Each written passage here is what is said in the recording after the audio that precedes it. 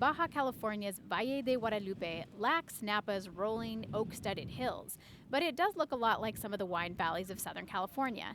Sparsely vegetated, rocky hills give way to rows of planted vines and occasional groves of olive trees, rolling down towards the valley floor.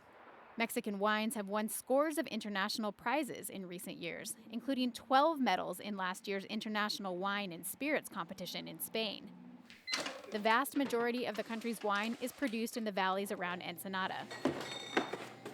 In the early 80s, there were just 4 wineries in this valley, and now there are more than 60, and hotels and restaurants are popping up all the time. Still, it's not exactly easy to find your way around Baja's wine region.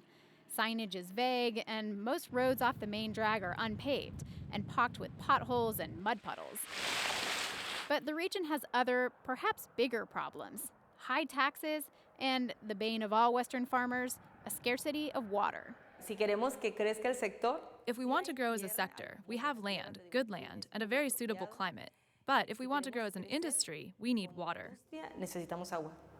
Baja California has about 8,000 acres of vineyards, compared to Napa's 45,000 acres.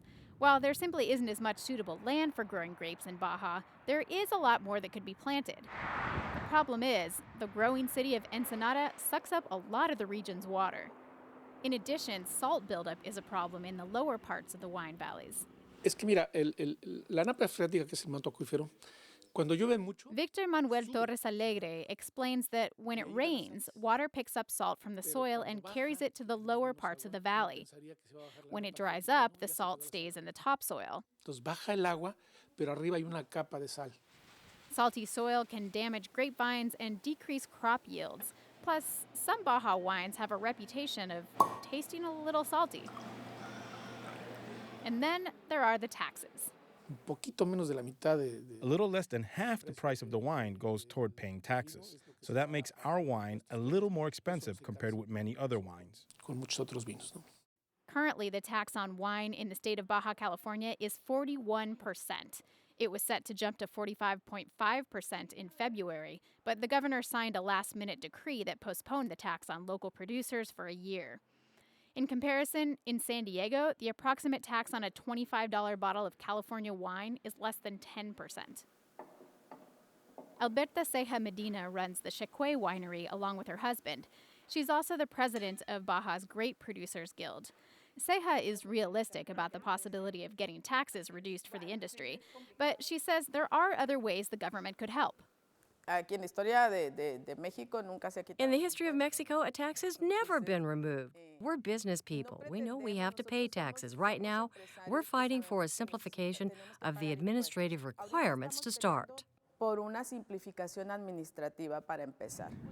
Then, if they can't get the taxes lowered, she says, maybe they can get the government to give some of those taxes back, for example, in the form of credit to producers.